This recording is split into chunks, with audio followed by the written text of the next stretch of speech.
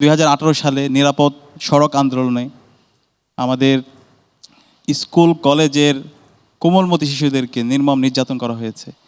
এভাবে আমাদেরকে অনেকগুলো ঘটনা প্রবাহের মধ্যে দিয়ে আমাদেরকে যেতে হয়েছে এবং বিশেষ করে ইসলামপ্রিয় জনতাকে সবচেয়ে বেশি জুলুম এবং নির্যাতন করা হয়েছে।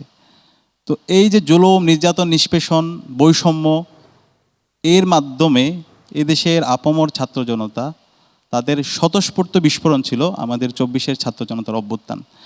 আপনারা জানেন ফেসিবাদী হাসিনা এবং তার দূষররা 5 জুন তারা কোটা ব্যবস্থা আবার পুনর্বহাল করে।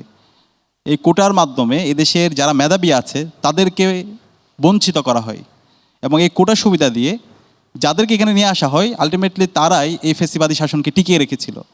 যখনই এই কোটা ব্যবস্থা আবার পুনর্বহাল করা হয়, সেই কোটার বিরুদ্ধে বাংলাদেশের প্রত্যেকটি বিশ্ববিদ্যালয়ে শিক্ষার্থীরা তারা জেগে ওঠে এবং তারা এই অন্যায়ের বিরুদ্ধে তারা কথা বলে। এর পাশাপাশি গত 16 বছরে তারা যে একটি ফেসিবাদী শাসনের মধ্যে দিয়ে গিয়েছে, প্রতিটি ক্যাম্পাসে ক্যাম্পাসে যে একটা দাসত্বের রাজনীতি ছিল এবং এক ধরনের শোষণের মধ্যে দিয়ে যেতে হয়েছে, সেই ক্ষোভের বিস্ফোরণ ছিল আমাদের এই 24-এর ছাত্র জনতার অভ্যুত্থান।